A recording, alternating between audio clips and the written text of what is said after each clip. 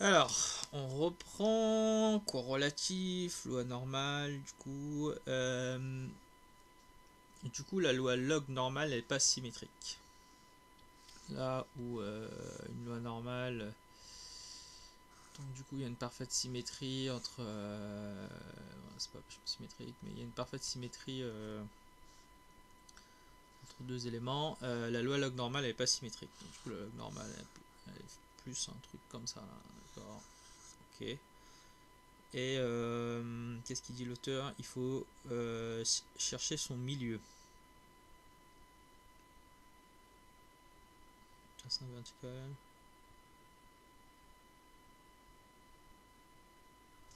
Voilà, faut chercher un milieu là, tel que cette surface là, ce qu'il appelle S1, soit égal à cette surface là qu'il appelle S2.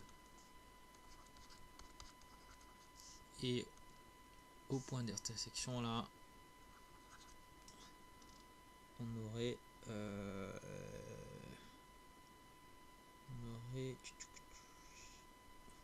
voilà, point de frontière en fait. D'où par la droite verticale, à cette droite là. Voilà. Ok. Alors, qu'est-ce qu'il fait? Donc on avait vu que c'était un cours.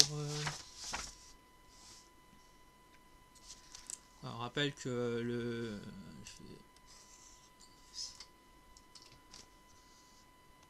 Bien, le truc qui part de 100 de base. Ok. Alors.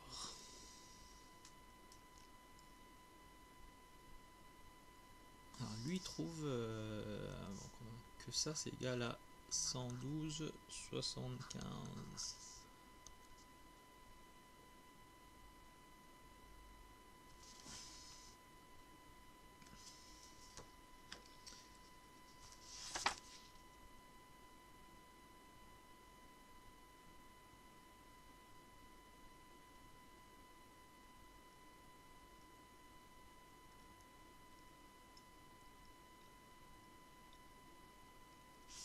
Aléatoire, je vais regarder un truc là.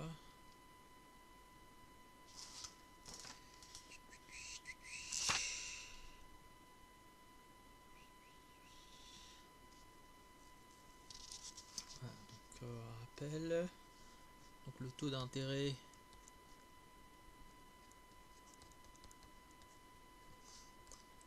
Du coup il suit une loi normale de paramètre mu sigma. Et les cours, les indices T suivent une loi normale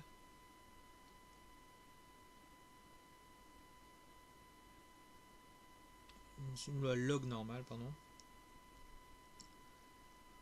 telle que S indice T sur indice 0 qui vaut 100 suit ah, mu T sigma racine de T. C'est ce qu'on avait vu un peu bizarrement dans les dernières vidéos. Et qu'est-ce qu'il raconte? Alors comment il trouve ce 112,75?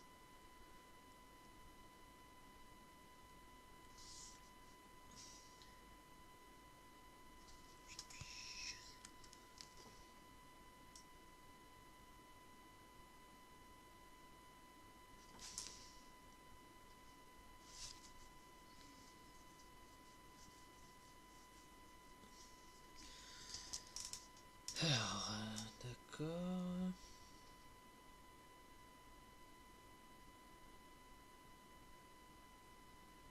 ln exponentielle x.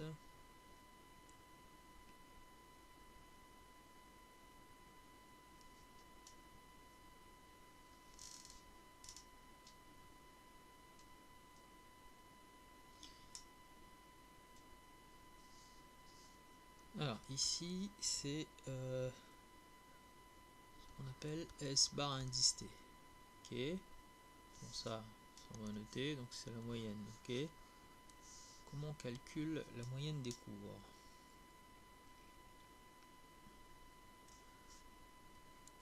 Donc la moyenne de ça en fait, hein, l'espérance, indice T sur indice 0.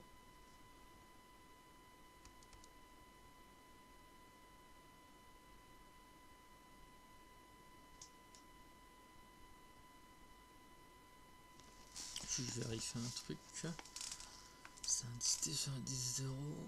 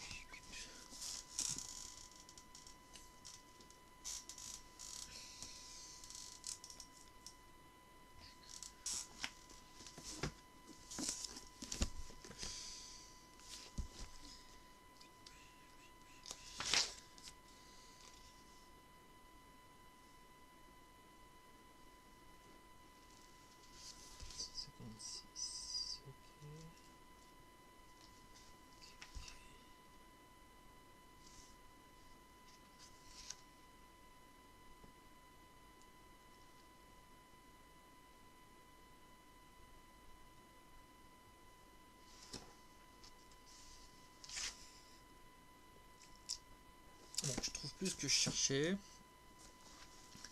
Mais. Si on considère que S1-T S1-0 suit cette loi là, exponentielle de la loi normale mutée sigma plus racine de t. Donc c'est à dire que sa moyenne c'est bien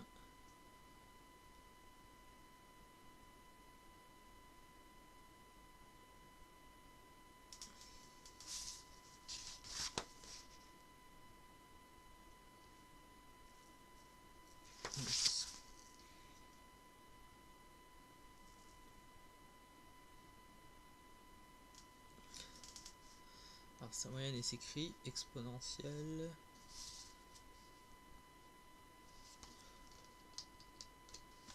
s'écrit exponentielle alors muté plus sigma carré t sur 2. D'où ça sort ce truc là? Ok. Égale S1 bar de t. Et ça va nous donner ce point qui permet de qui est ici là, qui permet de séparer cette loi log normale en deux parties égales, deux surfaces égales.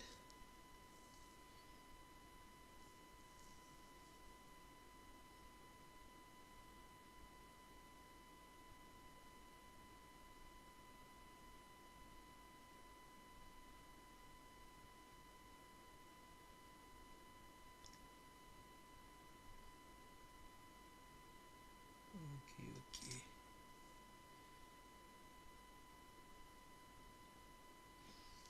Donc apparemment, un titre de preuve, il donne ça comme preuve. Hein. Il dit que si x est une variable aléatoire, donc logarithme n'est pas rien.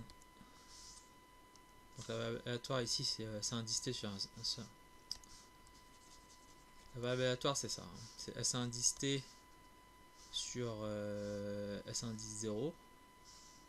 D'accord, corrélatif, qui suivent cette loi là, exponentielle de la loi normale de moyenne mutée d'écart type sigma racine de t. Il dit que si le logarithme népérien de ce truc c'est égal à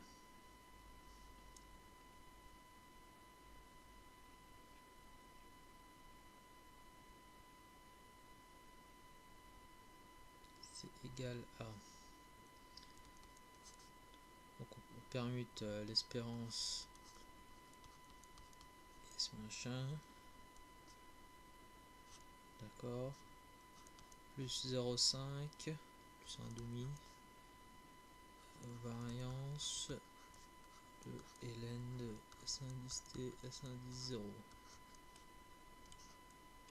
Voilà.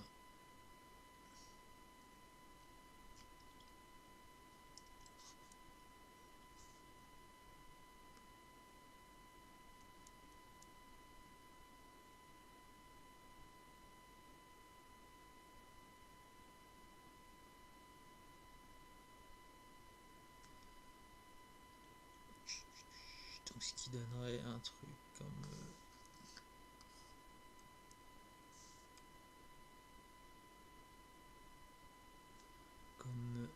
Donc ça, ce serait du coup muté.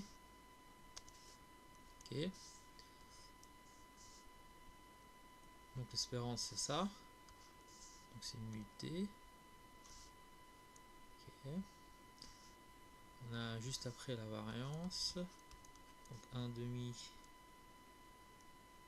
de variance de ce truc. Donc c'est au carré. Donc la variance c'est sigma racine de t, donc c'est au carré, donc c'est sigma carré t. Donc effectivement, ce qui donne un truc comme ça. Ok. Et du coup, on aurait bien, en faisant, passant à l'exponentielle, muté plus 1/2 sigma carré t. Donc tout part de cette formule ici là. J'avoue que c'est un peu étrange, mais bon. Ok. Tout devient étrange quand on arrive avec Black Skulls. Maintenant, est-ce qu'on va pouvoir calculer sur application numérique là? Alors, exemple. On a dit que différentes vidéos que le taux de rentabilité annuel était de 10%. La volatilité était de 20%. Donc on a dit annuel, donc t égale une année. Et ça veut dire que si j'applique ces trucs là, donc ça fait exponentielle 10% fois 1 plus 1/2 20% au carré. Voilà. Donc ça fait exponentielle 0,10 plus 0,04 divisé par 2. Checker vite fait comment ça fait.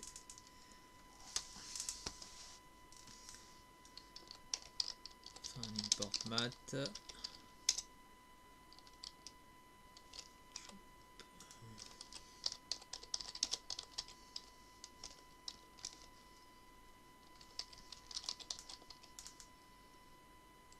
Alors 0,10 plus 0,04 divisé par 2, ce qui nous donne bien 1.127.